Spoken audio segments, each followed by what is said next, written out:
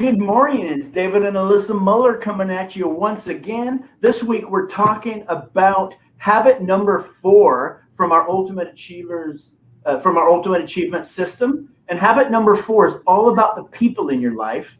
It's mastermind your tribe. Alyssa, what does masterminding your tribe mean to you? So, I think when you go into depths of, what we have in mind for our tribe, I think it'll make a lot more sense. But basically, to me, it just means anyone that you have a promise to keep. So, that's pretty much anyone that you have any interaction with, anyone that you, it can be from, your spouse, your child, your coworker, if you're a boss, if you work for somebody else. It's just that those are all considered, in my opinion, a part of your tribe. Yeah, I look at it. There's two basic parts of this habit. It's the mastermind, and there's the tribe. And so let's take each of those separately. First of all, the mastermind. The mastermind phenomenon has been it's been around since probably the 20s. I think that Napoleon Hill originally coined the phrase mastermind alliance in his book Think and Grow Rich. And since then, it's become kind of a buzzword, really, as a mastermind. Ooh, look at that. Think and Grow Rich. Or the Master Key to Riches, I think, was the first one. And but he talks about it in probably all his books because it's so crucial. It's so important. And so your mastermind, the way I look at it, is your implementation team, if you will. It's basically a group of people that have a vested interest in the success of your project, whatever your project or your business might be, whatever you build your mastermind. So there's a couple of types of people that we believe should be in your mastermind. And the first one, in most cases, is your spouse. Not in all cases, but in most cases, your spouse should be probably the very first member, or second, because you're the second member of your mastermind.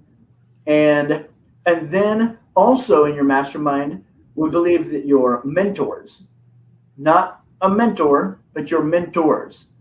We believe that you should have mentors in your life for each aspect or each project or each business. Because different mentors will bring different talents and different insight to the table. And so you're not going to want to have a fitness mentor that's helping you necessarily with your business or your marketing, or vice versa, because that mentor is specifically helping you with a particular area of your life. So have mentors in your life for the different aspects or the different projects or the different areas of your life. Alyssa, what are some of the mentors that we have in our life? We have our fitness, our workout fitness mentor that we work out. In fact, when we're done here, we'll go down and work out. We also have a spiritual mentor. Yeah, Dr. Michael Gross. Yep, Michael Gross. And then so the different things. We also have different businesses. We have, as serial entrepreneurs, we have various different irons in the fire, and a lot of different businesses will require different mentors and different resources. And so mentors in your life.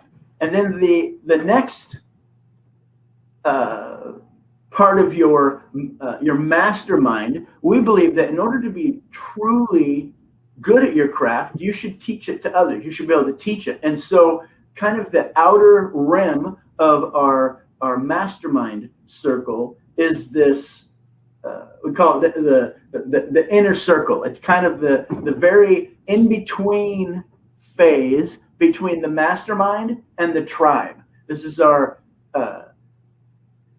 inner circle, people that we're mentoring, people that we're working with, and then these circles kind of fade out from one ring to the next, if you will. And so you got yourself in the middle, you got your spouse, and then you got your mentors, then you have your inner circle, and then you have your implementation team that's kind of part of that inner circle. These are the professionals or the specialists that you have brought into your team to for a particular aspect. Because we have our philosophies: systemize everything, automate as much as you can, delegate what you can't automate, do the fun part yourself, and then you keep your finger on the pulse and all the gears oiled. This is the freedom formula that we talk about.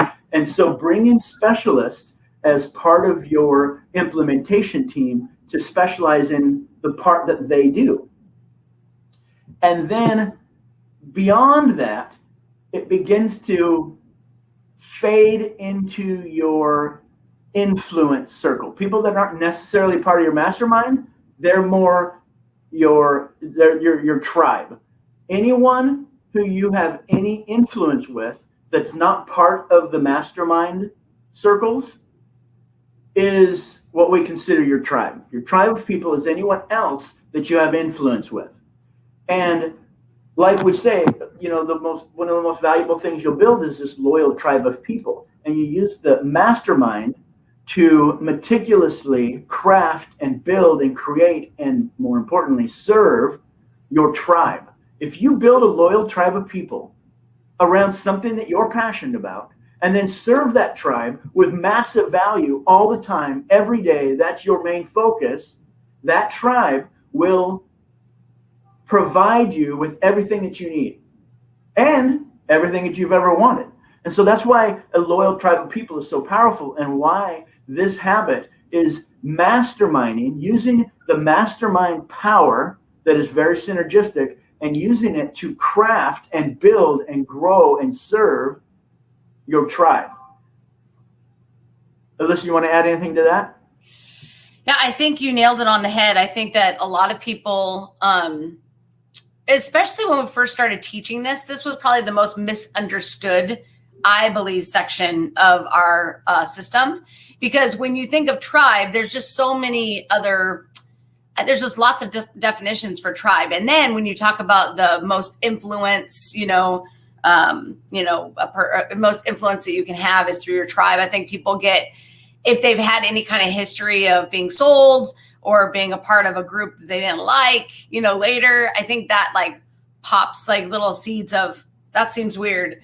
But when you explain it the way that you just did, and the way that I prefaced at the beginning, I mean, your tribe is anyone that you have any type of a relationship with. That's your tribe.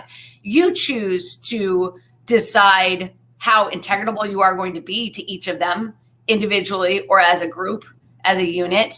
And based on that, that's your influence. And I think that's really something that I learned early on, probably as a teenager, because I wasn't the best teenager. I was kind of a pretty crappy teenager.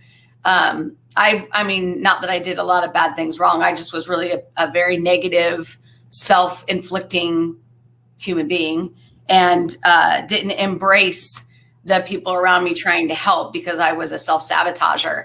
And I think that through that pain and that evolution, I grew into pretty early on a person that understood the power of influence. And when you're saying the power of influence, it's not you have influence over others, it's who also influences you. It's a give and take. It's a yin and yang. You start having people influence you that are a part of your tribe, because they're influencing you.